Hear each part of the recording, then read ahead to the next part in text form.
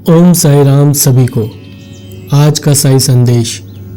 बाबा कहते हैं कि पूर्व जन्मों के कर्मों का फल इस जन्म में भोगना पड़ता है, इसलिए उसके बारे में चिल्लाने से क्या ही फायदा। तो इसको विस्तार से समझने से पहले मिलके बाबा का धन्यवाद करते हैं कि बाबा, आपकी असीम कृपा और अनुग्रह के लिए मैं हृदय से आभारी हूँ और इस नई सुबह का आगमन आपके प्रेम और आशीर्वाद का प्रतीक है, जो मेरे जीवन में हर दिन नई ऊर्जा और उत्साह भरता है।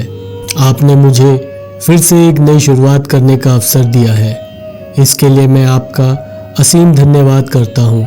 आप मुझे सही मार्ग दिखाते रहें, आप मेरे और मेरे परिवार के साथ सदैव रहें, हमेशा शक्त और संरक्षित रखें।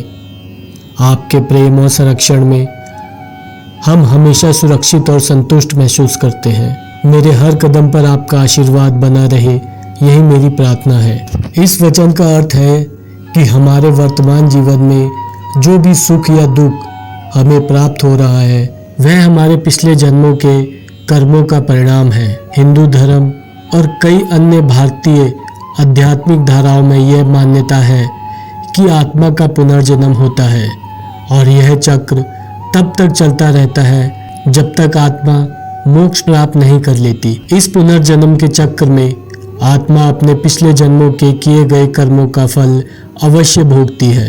कर्म का सिद्धांत यह बताता है कि हर क्रिया का एक परिणाम होता है। अच्छे कर्म करने पर हमें अच्छे फल मिलते हैं और बुरे कर्म करने पर बुरे फल। यह परिणाम तुरंत भी मिल सकता है या कई जन्मों के बाद भी। उसी तरह आत्मा एक शरीर छोड़कर दूसरे शरीर में प्रवेश करती है और यह चक्र तब तक चलता रहता है जब तक आत्मा मोक्ष नहीं प्राप्त कर लेती। इस दौरान आत्मा अपने हर जन्म में किए गए कर्मों का फल भोगती है। इस वचन का मुख्य संदेश यह भी है कि हमें अपने वर्तमान जीवन में जो भी परिस्थितियां मिल रही हैं, उन्हें स्वीकार करना चाहिए और धैर्य रखना चाहिए।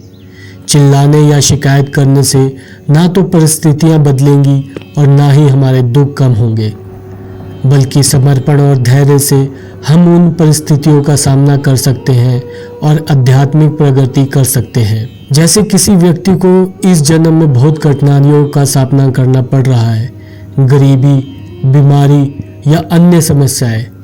अगर वह व्यक्ति इस बात को समझता है कि यह सब उसके पूर्व जन्मों का कर्मों का फल है, तो वह शांति और धैर्य के साथ उन कठिनाइयों का सामना कर सकता है। इसके विपरीत अगर वह व्यक्ति हर समय उन समस्याओं के बारे में शिकायत करता रहता है, तो न केवल वह मानसिक शांति खो देता है, बल्कि उसकी समस्याएं भी हल नहीं होती। यह वचन हमें एक गहरा आध्यात्मिक दृष्टिकोण देता है। यह हमें सिखाता है कि जीवन में आने वाले हर परिस्थितियों को स्वीकार करना चाहिए और उससे एक सीखने का अवसर के रूप में देखना चाहिए। कर्म के इस सिद्धांत को समझकर हम अपने वर्तमान और भविष्य के कर्मों पर ध्यान केंद्रित कर सकते हैं, जिससे हमारा जीवन और आत्मा दोनों शुद्ध हो सके। इस प्रकार साईं वचन हमें सिखाता है कि पूर्व जन्मों के कर्म का फल इस जन्म में भोगना अनिवार्य है। शिकायत करने से कुछ भी हासिल नहीं होगा, बल्कि हमें शांति, धैर्य और समर्पण के साथ उन परिस्थितियों का सामना करना चाहिए। आज की इस वीडियो में इतना ही। मिलते हैं अगली वीडियो में, तब तक के लिए ओम साई राम।